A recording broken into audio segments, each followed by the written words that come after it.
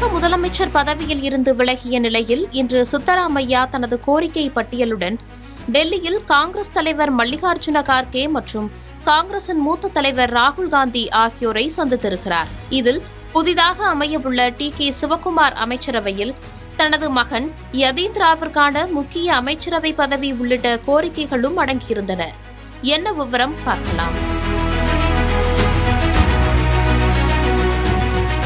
கர்நாடக முதலமைச்சராக 2 முறை பதவி வகித்த சித்தராமையா 2006 காங்கிரஸில் இணைந்தார்.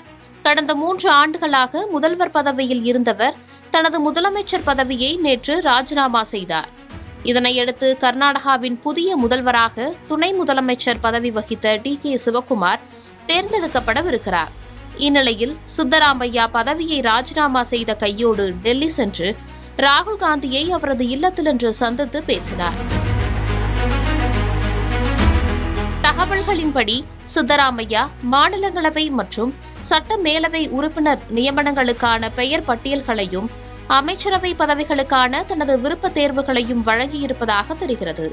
மேலும் அவர் தனது மகன் யதீந்திர சித்தராமையாவுக்கு மருத்துவ கல்வி மற்றும் பிற்படுத்தப்பட்டோர் நலத்துறை உள்ளிட்ட முக்கிய துறைகள் அல்லது மாற்றாக சிவக்குமார் வசமிருந்த தொழில்துறை அல்லது நீர்வளத்துறையை பெற்றுத்தர அழுத்தம் கொடுத்ததாக தெரிகிறது.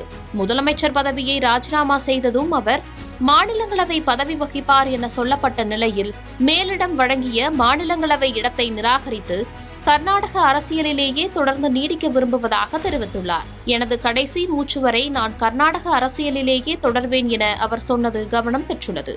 இதுகுறித்து பதவி விலகும் அமைச்சரவையில் பொதுப்பணித்துறை அமைச்சராக உள்ள சதீஷ் ஜார்கிஹொளி பேசும்போது, சித்தராமையா எங்களுடன் தொடர்வார், எங்களை வழிநடத்துவார். 2028 தேர்தலையும் நாங்கள் அவருடைய தலைமையின் கீழ் சந்திப்போம் என கூறியிருக்கிறார்.